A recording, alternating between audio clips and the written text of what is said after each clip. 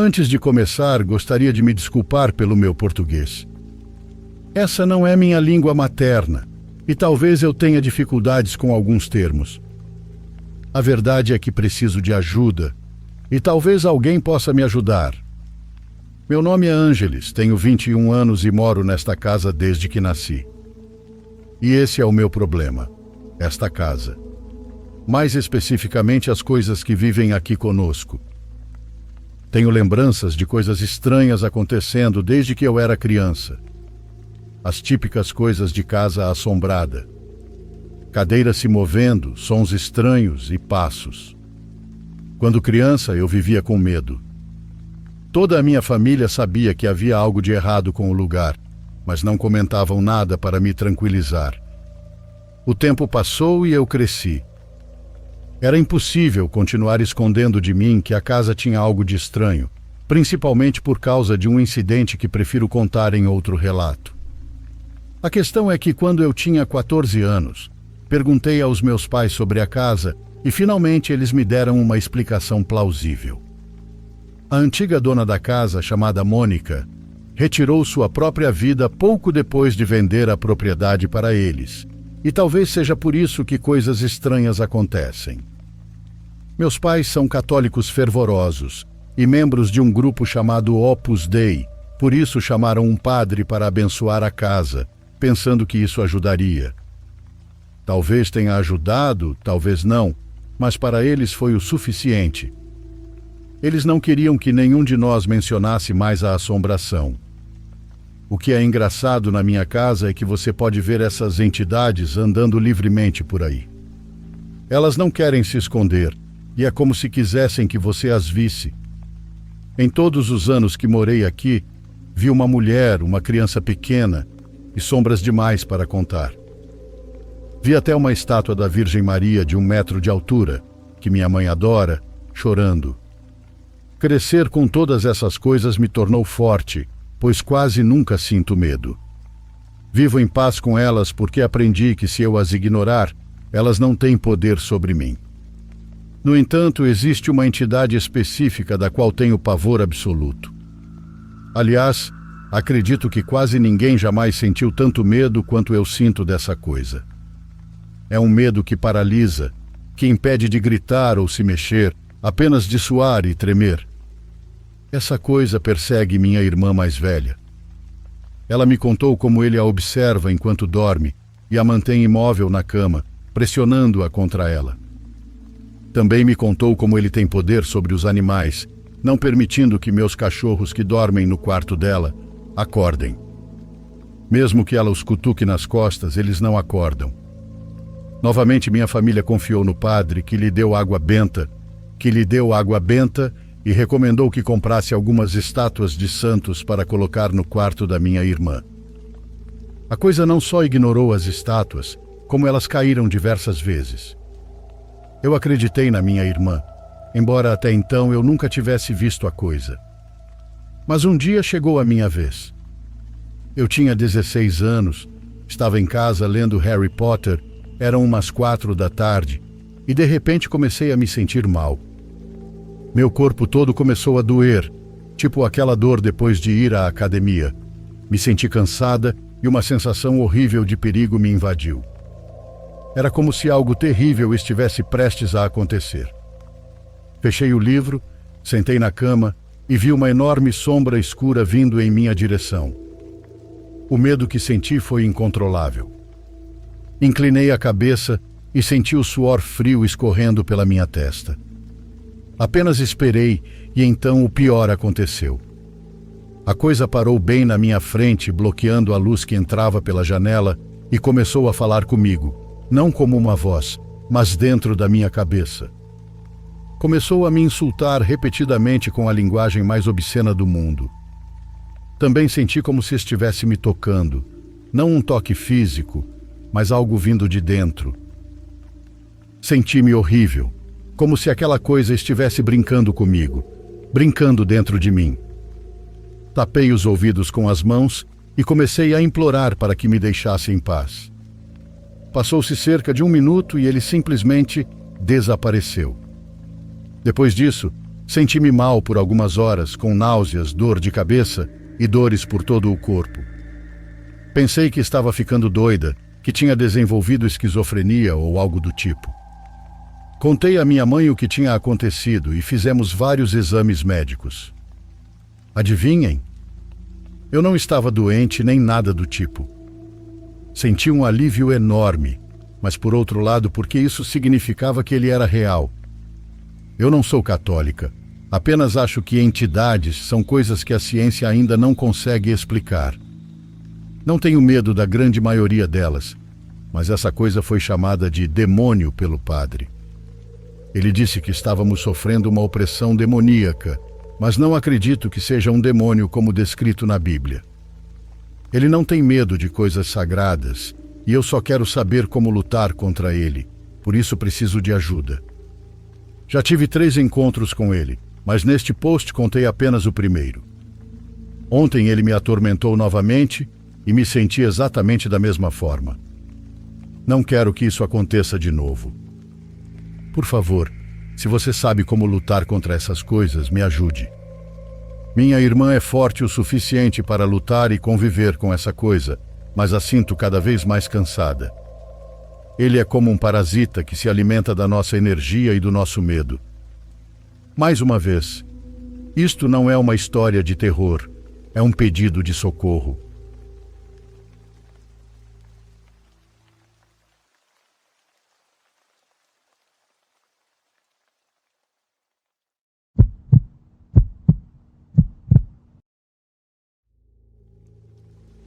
Olá, a toda a comunidade do Diário dos Pesadelos.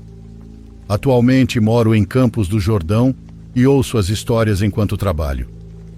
E embora pareça estranho, elas me ajudam a fazer o tempo passar mais rápido. Já ouvi relatos muito impactantes e, por isso, decidi compartilhar a minha história. Peço, por favor, que todos os nomes que vou mencionar sejam alterados, exceto o do meu irmão, Mário. Esta história não é só minha, é de toda a minha família. Somos 7 irmãos no total. 5 são irmãos de sangue, e os outros 2 somos eu, Mário e outro dos meus tios. Crescemos juntos desde pequenos. Meu pai me teve muito jovem, quando ainda tinha menos de 20 anos, e continuava estudando quando eu nasci. Por isso, minha avó e minha mãe nos criaram praticamente como irmãos. Depois de alguns anos, meu pai se divorciou da minha mãe e passei a ver Mário e meu outro tio com menos frequência. Só nos encontrávamos durante as férias, quando íamos visitar minha avó em sua casinha simples de fazenda. Era um lugar pouco conhecido e com pouquíssimos moradores. No ano de 2020, meu irmão Mário faleceu em um acidente de carro. Naquela noite me despedi dele como em qualquer outro dia. Mário trabalhava à noite durante as férias, e eu tinha apenas 12 anos, então não tinha muito o que fazer nesses dias. Na manhã seguinte, acordei ao ouvir minha avó chorando. Quando fui até a cozinha, uma tia minha que trabalha na polícia estava lhe dando a notícia. Eu só fiquei sabendo horas depois. Depois disso, a família do lado do meu pai mudou muito. E foi aí que as coisas estranhas começaram. Durante aquelas férias, comecei a usar o notebook que pertencia a Mário. Um dia eu estava sozinho em casa, mexendo no computador, quando ouvi passos no teto. Não eram passos sobre as telhas, mas dentro do espaço que existe entre o telhado e o forro, um vão por onde passam fios e conduítes. Esse espaço só é acessível por pontos muito específicos e não dá para andar ali normalmente, apenas se mover agachado em algumas partes. Além disso, o único ponto de acesso fica no quarto que antes era de Mário, exatamente o quarto onde eu estava naquele momento. Pensei que pudessem ser gatos, mas isso não fazia sentido. Os sons vinham de dentro do teto, não de fora. E naquele dia não havia mais ninguém em casa. Os ruídos se repetiram por vários dias. No começo eu os ignorei, apesar da curiosidade, até que aconteceu algo que me convenceu de que aquilo não era normal. Os passos desceram pelo guarda-roupa do quarto, como se algo estivesse descendo do teto. Isso é impossível, já que o guarda-roupa não tem nenhuma ligação com o teto. Depois disso, bateram na porta do guarda-roupa por dentro. Senti muito medo, mas depois de um tempo reuni coragem e abri a porta. Não havia nada ali, apenas algumas camisas velhas e uma almofada em formato de bola que estava ali havia anos. E eu não fui o único a passar por isso. Um dos meus irmãos me contou que enquanto tomava banho, ouviu alguém batendo no teto do banheiro como se fosse uma porta. Esse banheiro não tem acesso pelo teto e ninguém poderia estar ali. Outro dos meus irmãos, por sua vez, morava em um apartamento na cidade, junto com um amigo que também era próximo de Mário. Os dois também ouviam coisas parecidas. Passos e batidas, como se alguém estivesse batendo no chão de cima. Mas o apartamento acima nem sequer era habitado. Minha avó viveu algo diferente. Ela tem um fogão a lenha que usa principalmente quando faz frio. Mário costumava se apoiar na parte de cima, onde há uma espécie de compartimento. Ele era muito alto, media quase 1,90 m, e só ele conseguia ficar ali daquele jeito. Um dia, enquanto minha avó assistia televisão, viu pelo reflexo da tela alguém encostado no fogão. Quando se virou, não havia ninguém. Esse mesmo fogão, em algumas ocasiões, fazia barulhos como se alguém estivesse batendo de dentro do forno, mas ninguém caberia ali. Meu avô também teve uma experiência. Ele foi pescador e tem um toca-discos muito antigo que trouxe de uma ilha. Mário costumava provocá-lo colocando repetidamente uma música de um cantor famoso dos anos 50, só para brincar, só por carinho. Certa vez, meu avô adormeceu no sofá enquanto ouvia música. Ele sonhou com Mário. Não me contou que tinha sonhado, mas acordou ouvindo exatamente aquela mesma música tocando em repetição. Para isso acontecer, alguém teria que ter trocado o disco. Meu avô não se assustou, mas chorou por vários minutos. Meu pai, por outro lado, nunca me contou se viveu algo parecido. Mas a esposa dele, sim. Ela disse que ouvia barulhos no quarto de Mário quando visitavam a casa da minha avó e sons semelhantes também na própria casa deles. Talvez tudo isso tenha uma explicação. Talvez sejam apenas ruídos de uma casa antiga. Ou talvez Mário não tenha ido embora, não completamente. Eu já não moro mais lá. Me mudei com minha mãe para outro lugar e não vou há meses. Vocês conhecem alguém que esteja passando por experiências assim? E, principalmente, isso pode ser superado de alguma forma? O que acontece se for de fato o fantasma de alguém que amamos e nós o afastamos de nós? Eu não quero fazer isso, mas ao mesmo tempo temos muito medo dessas manifestações. Obrigado pela atenção e que todos tenham uma excelente noite.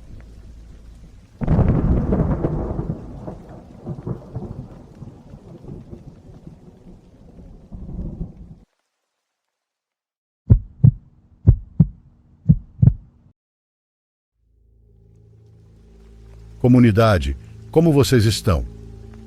Quero contar algo que vinha acontecendo comigo há bastante tempo e que chegou a um ponto de ruptura no ano passado. Não foi algo que aconteceu de repente, nem uma aparição clara ou coisa do tipo. Foi, na verdade, uma série de coisas pequenas, de detalhes que, vistos separadamente, não pareciam graves. Até que um simplesmente não encaixou. Meu melhor amigo morreu em um acidente de estrada. Quando estudávamos juntos na universidade, ele praticamente morava na minha casa naquela época. E embora depois nossas vidas tenham tomado rumos diferentes, nunca deixamos de nos falar. Na noite em que ele morreu, ele tinha bebido. Não vou justificar nem explicar o resto, principalmente por respeito à família dele. Apenas aconteceu essa tragédia. Durante muito tempo pensei nele todos os dias. Depois, como sempre acontece, a vida seguiu. O trabalho, as responsabilidades e as rotinas. A ausência dele se tornou algo com que aprendi a conviver, até que comecei a ouvi-lo. No início não era uma voz propriamente dita. Eram pensamentos que vinham com o tom dele, com o jeito de falar dele. Comentários sarcásticos, zoações leves, os mesmos tipos de piada que ele fazia quando algo dava errado para mim. Mas eram pensamentos que soavam diferentes de todos os outros, com uma relevância diferente. Mesmo assim, preferi pensar que era a minha cabeça elaborando o luto, que era a minha forma de mantê-lo presente. Eu me dizia isso porque a alternativa era pior. Com o tempo, a voz ficou mais constante. Já não aparecia só quando eu pensava nele, mas em momentos aleatórios do dia, enquanto eu estava no meu quarto. Principalmente na cama. Comecei a beber com mais frequência um pouco de uísque para conseguir dormir, até que passou a ser todas as noites. E então ficou pior. No começo, estando meio inconsciente, a voz me dava menos medo. Mas depois, nessas condições, ela soava mais clara, claríssima. Havia momentos em que eu não conseguia me mexer. Eu sabia que estava acordado, mas o corpo não respondia. E então eu o ouvia. A voz saindo da parede, bem atrás de mim, da cabeceira da cama. Já não soava dentro da minha cabeça. De verdade vinha da parede. Já não era só uma voz no meu cérebro. A voz ria como ele, usava os mesmos palavrões e as mesmas muletas de linguagem. Inclusive lembrava de histórias que tínhamos vivido juntos, com detalhes que eu mesmo já tinha esquecido. A voz falava, falava e falava sem me deixar dormir. Falava por horas, depois se calava e, de repente, voltava a falar mais tarde, de madrugada. Nunca contei isso a ninguém. Se alguém tivesse me contado algo assim, eu teria pensado que essa pessoa estava ficando louca. Até que um dia a voz disse algo que não era possível. Ela zombou de um sentimento de culpa que eu carregava desde antes mesmo de conhecê-lo. Quando comecei a dirigir, ainda muito jovem, certa madrugada um gato preto atravessou a rua na minha frente. Sei que não foi minha intenção, mas eu o atropelei. Ainda sinto como o carro deu um solavanco e como a roda passou por cima. Ainda sinto o desespero quando olhei pelo retrovisor e ele estava ali. Sei que não foi de propósito, mas também sei que com mais experiência, talvez eu tivesse evitado. Nunca contei isso a ninguém. Ali percebi que aquilo que falava comigo não era nenhum tipo de fantasma, não era um eco do meu amigo. Aquilo era outra coisa. Aquela voz não estava relembrando comigo, ela queria me fazer mal. Comecei a aprender a ignorá-la. Eu tinha muita raiva. No começo a voz insistia, fazia piadas, zombava de mim por eu bancar o sério. Depois ficou com raiva. Reclamava que eu a estava deixando sozinha. Nessa época aceitei um convite dos meus tios e passei alguns meses com eles. Graças a Deus, a voz não me seguiu. E melhor ainda, quando voltei para casa, ela deixou de ser ouvida. Levei isso para a terapia e falei sobre o assunto. Me convenceram de que a voz tinha sido algo criado pela minha própria cabeça. Embora eu soubesse que não era bem assim, me esforcei para acreditar. E isso naquele momento me deu um pouco de paz. Passaram-se meses sem que eu voltasse a pensar nisso, até que aconteceu algo que a princípio não tinha relação direta. Ou pelo menos foi o que eu pensei. Numa festa, acabei conversando com uma vizinha que eu mal conhecia. Era uma garota que morava 2 casas depois da minha. Nunca tínhamos nos falado antes. Em certo momento, sem muito contexto, ela me disse que queria me perguntar uma coisa estranha. Então me contou sobre o senhor do meu quintal, alguém que ela achou que fosse meu parente, mas que tinha algo de esquisito. Ela me disse isso sem saber que eu morava sozinho. Disse que era um homem muito alto, magro, com um nariz extremamente grande e sem cabelo. Contou que ele se encostava na parte de trás da minha casa e que ela via como ele movia a boca, como se estivesse falando com alguém. O que mais me deu calafrios foi que ele carregava algo embrulhado nos braços. Disse que era algo grande, escuro, como um cobertor preto que lhe cobria o corpo. Como se ele estivesse abraçando algo que não queria mostrar. Ela ouviu por muito tempo, até ela pensar que nós tínhamos ido embora. E essa foi uma das razões pelas quais ela nunca falou comigo antes. Além disso, eu sempre tinha olheiras e parecia bêbado até de manhã. Ela achava que a nossa família era estranha e que tínhamos problemas. Não soube o que dizer. Apenas balancei a cabeça e falei que não fazia ideia de quem era a pessoa que ela tinha visto. Naquela noite pensei pela primeira vez que a voz que eu ouvia não era algo sobrenatural. Pelo menos não da forma como eu tinha imaginado. Se fosse, era de um jeito muito mais complexo. Mas o que a vizinha viu coincide em datas com aquelas noites em que a voz dentro da minha cabeça falava comigo. Desde então, nunca mais a ouvi. Porém, tenho dificuldade para dormir quando estou sozinho em casa. Coloquei grades e vidros por todo o muro para que ninguém consiga entrar no meu quintal. Já não tenho certeza de nada, mas algo na minha cabeça me diz que isso já não é um problema psiquiátrico. Por isso quis contar esta história. Para alertar vocês que se algum dia ouvirem a voz de alguém que já morreu, prestem atenção. Observem bem o que ela lembra, porque às vezes não são lembranças. Às vezes ela simplesmente está nos observando. Às vezes pode ver todo o nosso passado e o que ainda dói em nós para se aproveitar. Pelo menos é isso que eu acredito até agora.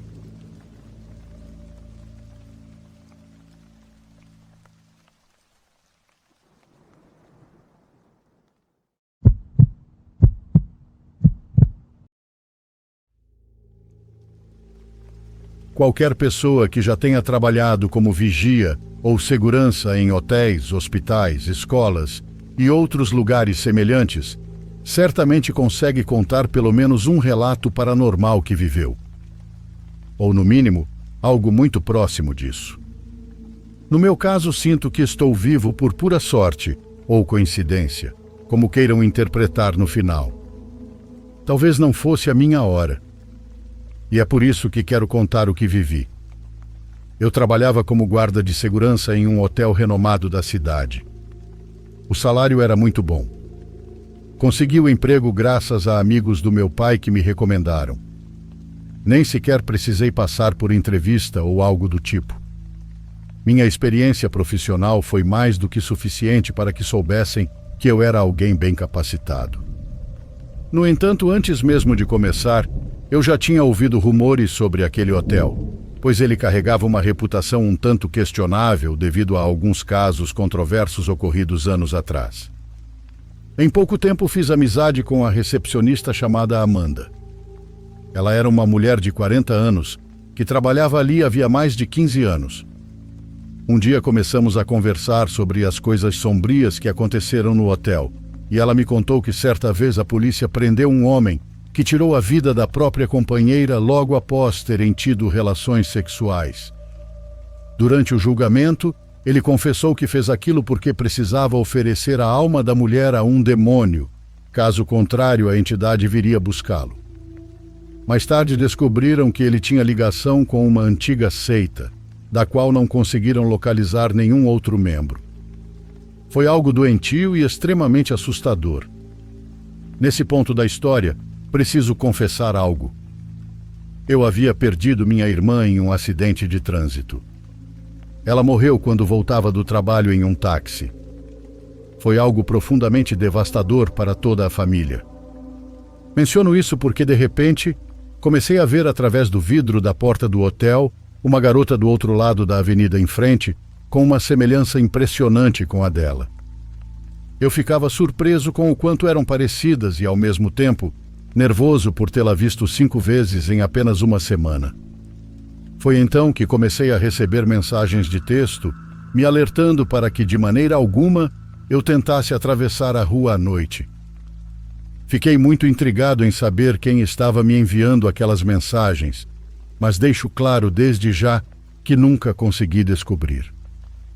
Contei tudo a Amanda e ela me confessou algo bizarro, mas que achou necessário revelar.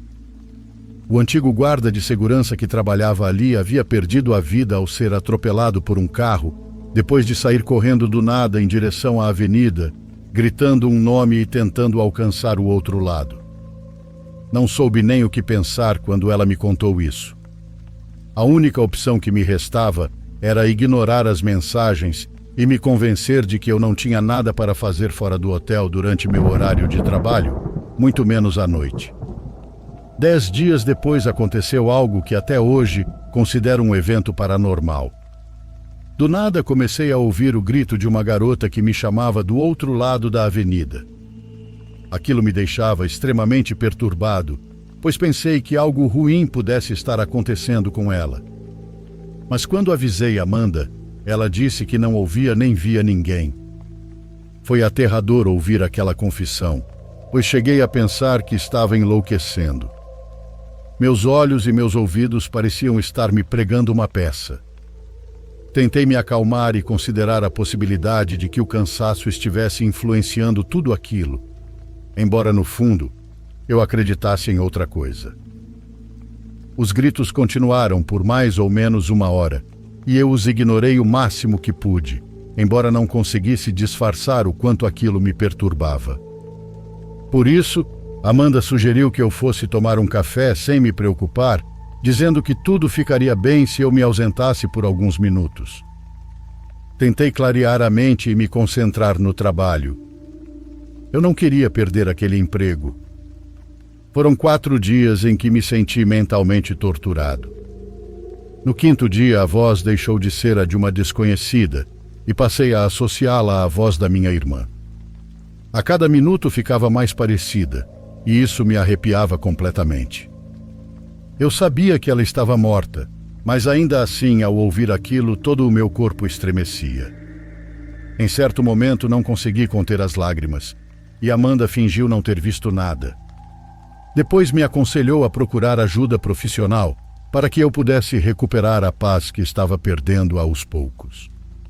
O 6º dia se tornou inesquecível quando, por volta das 11 da noite, a garota do outro lado da avenida atravessou e parou na calçada, a poucos metros do hotel. Ela era idêntica à minha irmã. Encostei o rosto no vidro da porta e meus olhos não me enganavam. Era ela. Assim que Amanda saiu atrás de mim, a garota começou a correr de volta para o outro lado da rua. Nesse instante, surgiram alguns homens que pareciam lutar com ela. Gritei o nome da minha irmã o mais alto que pude e me preparei para correr e ajudá-la. Mas antes de dar um único passo, minha colega Amanda passou por mim gritando um nome de forma desesperada. Carmen! Esse foi o último instante em que a vi com vida, pois um carro a atropelou bem ali na minha frente. Quando olhei para o outro lado da avenida, já não havia ninguém. Então entendi que nada do que eu tinha visto era real. Algo nos enganou, a mim e a minha companheira, mas a vítima acabou sendo ela. Acredito que Amanda ouvia o mesmo que eu, mas escondeu isso até o final. Dias depois, fiquei sabendo que ela tinha uma filha pequena que havia falecido e que se chamava Carmen.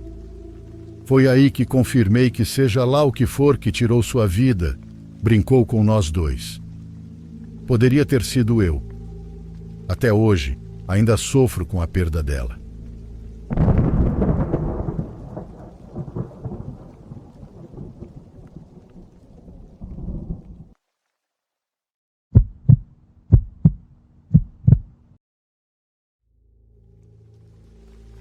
Isso aconteceu durante minhas férias de verão, quando eu tinha 21 anos e estava na faculdade. Foi o primeiro recesso desde que comecei o curso em que decidi ficar no mesmo estado, em vez de voltar para a casa dos meus pais e passar os 3 meses fora da faculdade morando com eles. Um bom amigo meu tinha um lugar perto do campus, com um quarto sobrando, e se ofereceu para me alugar por um preço absurdamente barato. Quanto a trabalho, eu sempre tentava algo novo a cada poucos meses, porque conciliar horários com a faculdade era sempre bastante caótico. Mas durante esse recesso e alguns meses antes disso, eu vinha trabalhando como cuidador de casas.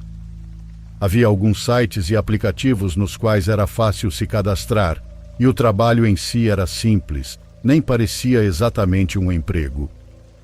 A maioria das pessoas que precisava de alguém para cuidar da casa tinha mansões enormes e caríssimas, às vezes com animais de estimação ou plantas que queriam que eu cuidasse enquanto viajavam. Em troca, além de ser pago, eu ainda podia morar por alguns dias ou até semanas em casas de luxo, realmente incríveis. Consegui essa casa específica logo nos primeiros dias das férias de verão. Fui conhecer os donos um dia antes de eles viajarem, para receber as instruções e a lista de coisas que eu deveria fazer enquanto estivessem fora. Era um casal muito simpático, na casa dos 30 anos. E logo de cara, quando cheguei ao local, fiquei um pouco confuso. A casa era pequena, antiga e discreta, localizada numa região mais aberta, quase na borda da cidade. Não era nada parecida com os clientes típicos que costumavam precisar de um cuidador. Além disso, eles ficariam fora apenas por 4 dias. No começo, achei que seria dinheiro fácil. Só perto do final da nossa conversa é que entendi de verdade por que eles queriam alguém cuidando da casa. O casal mencionou que durante o dia tudo o que eu precisava fazer era regar as plantas e garantir que a casa não pegasse fogo, mas que à noite eu deveria ser um pouco mais cauteloso. Eles disseram que algumas pessoas vinham aparecendo por ali recentemente, pessoas que eles não conheciam e que, apesar de nada estranho ter acontecido, queriam se precaver e deixar alguém observando a casa enquanto estivessem fora. Enquanto falavam isso, eles se interrompiam o tempo todo, dizendo que provavelmente não era nada, que estavam exagerando e tratavam a situação como algo sem importância. E acho que funcionou porque eu só fui realmente processar o quão estranho aquilo era no dia seguinte, quando cheguei à casa depois que eles já tinham ido embora. Estar naquela casa antiga, isolada nas planícies, me deixou muito desconfortável. Eu não estava acostumado com aquilo. Em todas as direções que eu olhava pelas janelas, só havia capim alto, com a linha de árvores bem distante e quase invisível quando escurecia. E o som, ou melhor, a ausência dele era o que mais me deixava nervoso. Lá fora estava completamente silencioso, o que fazia qualquer barulho dentro da casa parecer ainda mais alto. O assoalho rangendo, as paredes estalando, tudo ali me parecia assustador. Parte de mim quis ir embora, com a sensação de que tinham omitido alguma informação sobre o que aquele lugar realmente era, ou sobre o verdadeiro motivo de terem me contratado. Mas depois que a primeira noite passou sem nenhum problema, concluí que eu estava apenas pensando demais. Preparei o café da manhã, fiz algumas tarefas pela casa e depois fiquei um tempo sentado na varanda. Os donos me mandaram mensagem perguntando se estava tudo bem, e eu respondi que sim. Preciso dizer que ficar ali fora sozinho foi até agradável, agora que a sensação estranha tinha passado. Estava tudo quieto e relaxante. O capim balançando com o vento e os pássaros voando por perto deixava o lugar bem legal. Isso são coisas que eu quase nunca via ou ouvia morando no meio da cidade. Quando o sol se pôs, entrei para assistir TV e relaxar um pouco à noite. Era por volta das 8 horas quando me levantei do sofá apenas para me espreguiçar e dar uma pausa. Fui até a janela, afastei a cortina de forma casual e olhei para o quintal dos fundos. Havia alguém ali, parado no meio do campo. Fiquei mais confuso do que qualquer outra coisa e apenas encarei. Ele estava claramente olhando para a casa e quanto mais tempo passava, mais nervoso eu me sentia, então fechei a cortina. Seria isso que os donos estavam comentando? Quanto mais eu pensava, mais assustador aquilo parecia. No meio do nada, nos limites da cidade, um cara aleatório observando aquela casa antiga. Algo não estava certo. Olhei de novo pela janela. Aquele doido ainda estava lá, mas quanto mais eu olhava, percebi que ele não estava sozinho. Havia outros, talvez 3 ou 4. Era difícil distinguir se alguns eram realmente pessoas ou apenas sombras projetadas pelo mato alto. Eu mal conseguia acreditar no que estava vendo, não fosse o fato dos donos terem mencionado algo parecido. Imediatamente mandei mensagem para eles, dizendo que havia várias pessoas observando a casa do lado de fora. A resposta que recebi não foi nada do que eu esperava. Eles me tranquilizaram, dizendo que aquelas pessoas não fariam nada, que nunca tinham feito nada antes e que eu deveria simplesmente ignorá-las. Disseram também que se eu estivesse muito nervoso, poderia ligar para a polícia. Eu não sabia o que fazer. A casa era deles, e eu nunca tinha ligado para a polícia antes, nem passado por nada parecido. Então confiei nos donos quando disseram que estava tudo bem. Hoje eu percebo o quão estranho isso foi, e como eles quase me manipularam para eu não me preocupar com a situação. Eu deveria ter achado muito suspeito o fato deles terem tanta certeza de que aquelas pessoas eram inofensivas, mesmo alegando nunca terem tido contato algum com elas. Fui até a janela mais uma vez. Todos haviam desaparecido. Não havia ninguém no campo nem perto da linha de árvores. Estava tudo vazio. Ainda assim fiquei em estado de alerta, checando as janelas por mais algumas horas. Já devia ser pelo menos 1 da manhã. Eu não me sentia mais em perigo imediato, mas também não me sentia seguro. A ideia de dormir parecia impossível, apesar dos meus olhos estarem pesados. Eu não conseguia parar de pensar naquelas pessoas observando a casa de forma tão estranha, no meio do campo. Aquilo não fazia sentido nenhum para mim. Levantei do sofá para pegar outro copo de água e me manter ocupado. Quando entrei no corredor, ouvi um leve estalo acima de mim. Parei de andar. Ouvi de novo. Olhei para o teto. Aquela casa não tinha segundo andar. Passos pesados e lentos se moveram pelo telhado, parando bem acima da porta da frente. Meu corpo travou. Fiquei encarando o corredor na direção da porta. Então bateram novamente. Comecei a recuar devagar. Meus passos rangiam no piso de madeira, enquanto eu tentava voltar para o quarto e me trancar lá dentro. Mas antes que conseguisse, meu celular começou a tocar. Era o dono da casa. Hesitei antes de atender. Ele falou com uma calma quase perturbadora que estava tudo bem, mas que eu precisava sair da casa e ir embora. Disse a ele que havia pessoas lá fora, batendo a porta naquele exato momento. Houve uma pausa. Então ele repetiu, dizendo para eu sair e ir embora, que aquelas pessoas fariam algo comigo. Eu estava em choque. Dava para perceber pela voz dele que ele já sabia. Ele sabia que eles estavam ali naquele momento. A pessoa do lado de fora continuava batendo, agora com muito mais força, como se estivesse perdendo a paciência enquanto eu ouvia vários outros se movendo pelo capim ao redor da casa. Eu sabia que estava ficando sem tempo e que minha única opção era ouvir o dono e sair, torcendo para que ele estivesse dizendo a verdade. Caminhei até a porta. Quando cheguei perto, as batidas cessaram. Abri a porta. Havia 2 homens mais velhos ali, ambos com expressões vazias, sem emoção alguma. Passos podiam ser ouvidos em algum ponto ao lado da casa. Fora isso, o silêncio era absoluto. Eu estava apavorado, tremendo, enquanto saía lentamente. Eles apenas me observavam sem dizer uma única palavra, enquanto eu passava por eles, entrava no carro e deixava o local. Quando finalmente estava em segurança, liguei de volta para o número do dono para perguntar que diabos tinha acabado de acontecer. A ligação não completou. Ele havia me bloqueado. E, contrariando meu bom senso, eu não liguei para a polícia. Demorei demais tentando decidir o que fazer, me sentindo estranho por chamar a polícia por causa da casa de outra pessoa, ainda mais quando o próprio dono não havia pedido isso.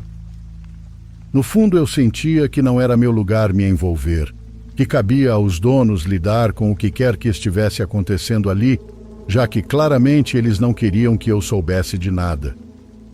Não sei o que teria acontecido se eu não tivesse obedecido e permanecido dentro da casa. Acho que aquele grupo provavelmente teria invadido o lugar, e não sei se eles teriam me deixado ir embora se isso tivesse acontecido. Já se passaram quase 10 anos desde esse episódio e ainda penso nisso de vez em quando. Mas nunca cheguei a nenhuma conclusão sobre o que realmente estava acontecendo naquela casa.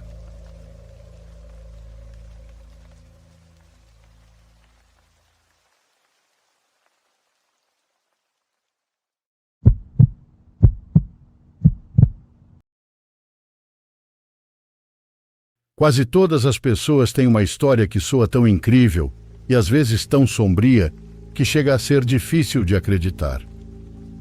É por isso que, quando a contamos, muitos acham que não é verdade. No entanto, neste mundo existem coisas que jamais imaginaríamos.